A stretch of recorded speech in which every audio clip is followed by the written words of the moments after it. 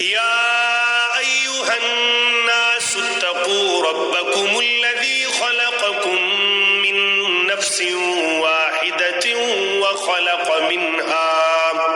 وخلق منها زوجها وبث منهما رجالا كثيرا ونساء واتقوا الله الذي تساءلون به والأرحام إن الله كان عليكم رقيبا۔ سورہ نساء، سورت نمبر 4۔